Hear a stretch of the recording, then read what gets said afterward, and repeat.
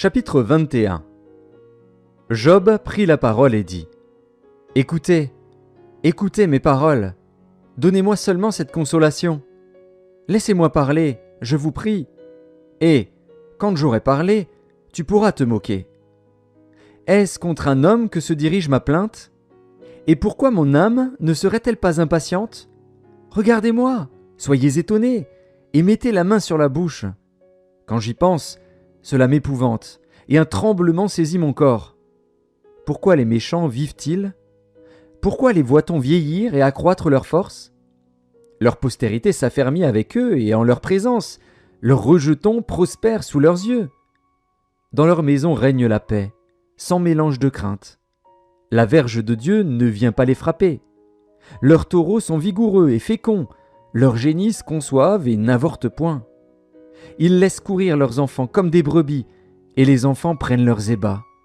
Ils chantent au son du tambourin et de la harpe, ils se réjouissent au son du chalumeau. Ils passent leurs jours dans le bonheur, et ils descendent en un instant au séjour des morts. Ils disaient pourtant à Dieu : « Retire-toi de nous, nous ne voulons pas connaître tes voies. » Qu'est-ce que le Tout-Puissant pour que nous le servions ? Que gagnerions-nous à lui adresser nos prières ? Quoi donc ? Ne sont-ils pas en possession du bonheur ?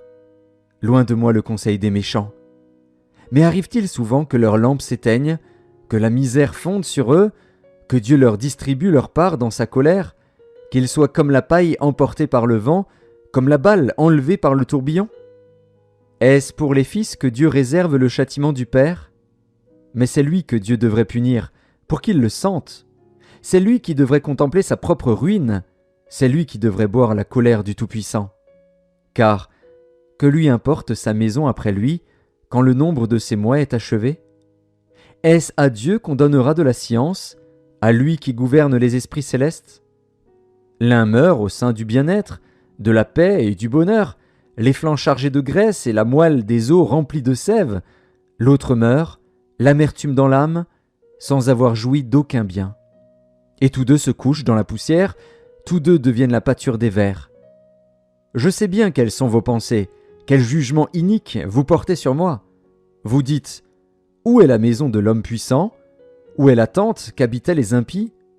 Mais quoi ? N'avez-vous point interrogé les voyageurs, et voulez-vous méconnaître ce qu'ils prouvent ? Au jour du malheur, le méchant est épargné. Au jour de la colère, il échappe. Qui lui reproche en face sa conduite ? Qui lui rend ce qu'il a fait ? Il est porté dans un sépulcre, et il veille encore sur sa tombe. Les mottes de la vallée lui sont légères, et tous, après lui, suivront la même voie, comme une multitude l'a déjà suivi. Pourquoi donc m'offrir de vaines consolations ? Ce qui reste de vos réponses n'est que perfidie. Chapitre 22. Éliphaz de Théman prit la parole et dit : « Un homme peut-il être utile à Dieu ? Non, le sage n'est utile qu'à lui-même. Si tu es juste, est-ce à l'avantage du Tout-Puissant ? Si tu es intègre dans tes voies, qui gagne-t-il ? Est-ce par crainte de toi qu'il te châtie, qu'il entre en jugement avec toi ? Ta méchanceté n'est-elle pas grande ? Tes iniquités ne sont-elles pas infinies ? Tu enlevais sans motif des gages à tes frères. Tu privais de leurs vêtements ceux qui étaient nus. Tu ne donnais point d'eau à l'homme altéré. Tu refusais du pain à l'homme affamé. Le pays était au plus fort, et le puissant s'y établissait. Tu renvoyais les veuves avides, les bras des orphelins étaient brisés. C'est pour cela que tu es entouré de pièges, et que la terreur t'a saisi tout à coup. Ne vois-tu donc pas ces ténèbres, ces eaux débordées qui t'envahissent ? Dieu n'est-il pas en haut dans les cieux ? Regarde le sommet des étoiles, comme il est élevé. Et tu dis : qu'est-ce que Dieu sait ? Peut-il juger à travers l'obscurité ? Les nuées l'enveloppent, et il ne voit rien, il ne parcourt que la voûte des cieux. Et quoi ? Tu voudrais prendre l'ancienne route qu'ont suivie les hommes d'iniquité ?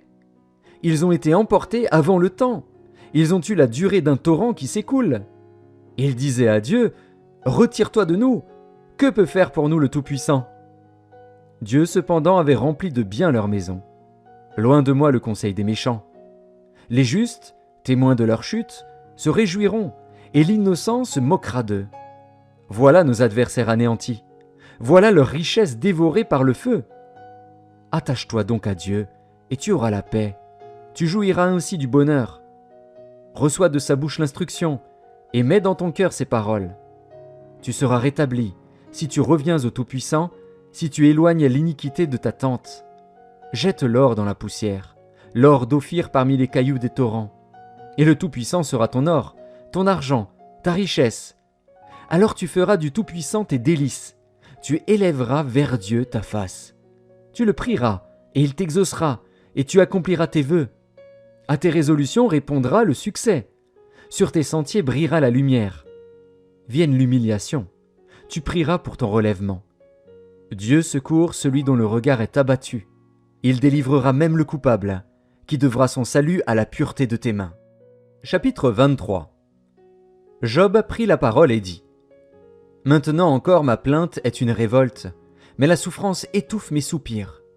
Oh, si je savais où le trouver, si je pouvais arriver jusqu'à son trône, je plaiderais ma cause devant lui, je remplirais ma bouche d'arguments, je connaîtrais ce qu'il peut avoir à répondre, je verrais ce qu'il peut avoir à me dire. Emploierait-il toute sa force à me combattre ? Ne daignerait-il pas au moins m'écouter ? Ce serait un homme droit qui plaiderait avec lui, et je serais pour toujours absous par mon juge. Mais si je vais à l'Orient, il n'y est pas. Si je vais à l'Occident, je ne le trouve pas. Est-il occupé au nord ? Je ne puis le voir. Se cache-t-il au midi ? Je ne puis le découvrir. Il sait néanmoins quelle voie j'ai suivie, et s'il m'éprouvait, je sortirais pur comme l'or. Mon pied s'est attaché à ses pas. J'ai gardé sa voie, et je ne m'en suis point détourné. Je n'ai pas abandonné les commandements de ses lèvres. J'ai fait plier ma volonté aux paroles de sa bouche. Mais sa résolution est arrêtée. Qui s'y opposera ? Ce que son âme désire, il l'exécute. Il accomplira donc ses desseins à mon égard, et il en concevra bien d'autres encore. Voilà pourquoi sa présence m'épouvante. Quand j'y pense, j'ai peur de lui. Dieu a brisé mon courage. Le Tout-Puissant m'a rempli d'effroi. Car ce ne sont pas les ténèbres qui m'anéantissent, ce n'est pas l'obscurité dont je suis couvert.